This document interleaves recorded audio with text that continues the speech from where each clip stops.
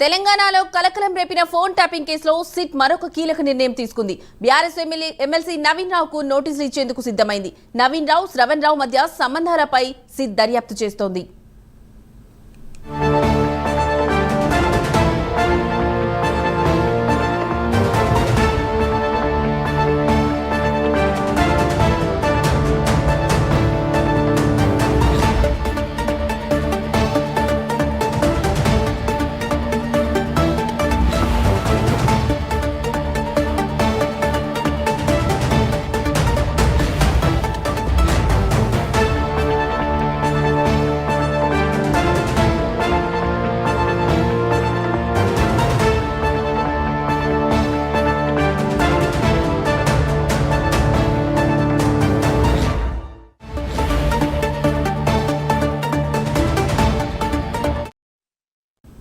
తెలంగాణలో కలకలం రేపిన phone tapping కేసులో సిట్ మరొక కీలక నిర్ణయం తీసుకుంది. బీఆర్ఎస్ ఎమ్మెల్సీ నవీన్ రావుకు నోటీసులు ఇచ్చేందుకు సిద్ధమైంది.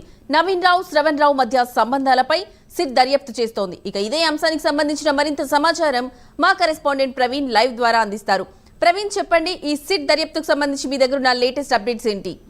ఎస్ లక్ష్మి, మనం చూసుకుంటే కనుక ఫోన్ ట్యాపింగ్ వ్యవహారం మొత్తం కీలక దశకు మారుతుందనే చెప్పాలి. అదేవిధంగా ఇందులో భాగంగానే ఈరోజు సిట్ మరో నిర్ణయం కూడా తీసుకోబోతుందని తెలుస్తుంది. ఎమ్మెల్సీ నవీన్ రావు ఎవరైతే ఉన్నారో బీఆర్ఎస్ ఎమ్మెల్సీ నవీన్ రావుకు నోటీసులు ఇచ్చేందుకు సిట్ అధికారులు అయితే సిద్ధమయ్యారని చెప్పాలి.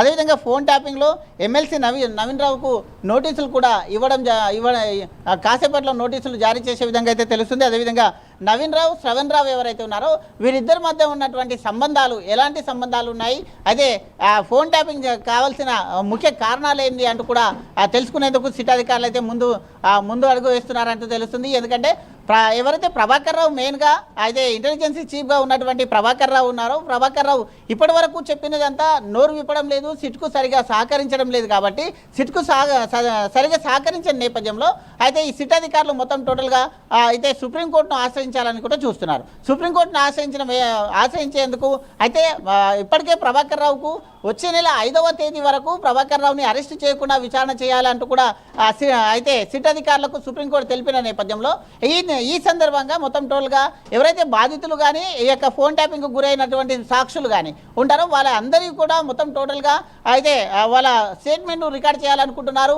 ఇప్పటి వరకు 600 అయితే నవంబర్ 15 అండ్ 30 వరకు ఆ 15 రోజుల సమయం లోపల మొత్తం 4000కు పైన ఫోన్లు ట్యాపింగ్కు గురైనట్టు చెప్తున్నారు. అందులోపల 618 ఫోన్ నెంబర్స్ మొత్తం టోటల్గా రాజకీయ నాయకులు, ప్రముఖులై ఐఏఎస్ ఐపీఎస్ అధికారులు ఉండడం అయితే తీవ్ర చర్చనీయంగా మారింది. కాబట్టి ఆ యొక్క ఇప్పటికే సిట్ అధికారులు మొత్తం 228 స్టేట్మెంట్లను రికార్డ్ చేశారు.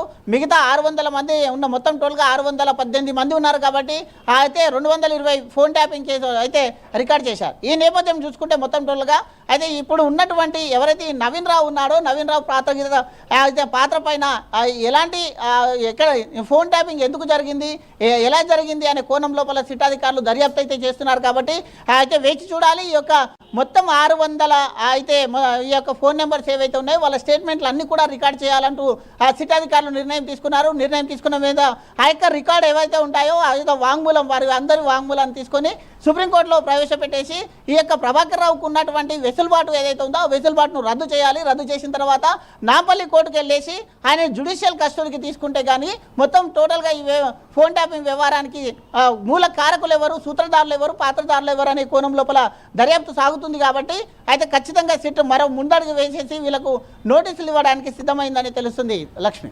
Right Praveen, thank you.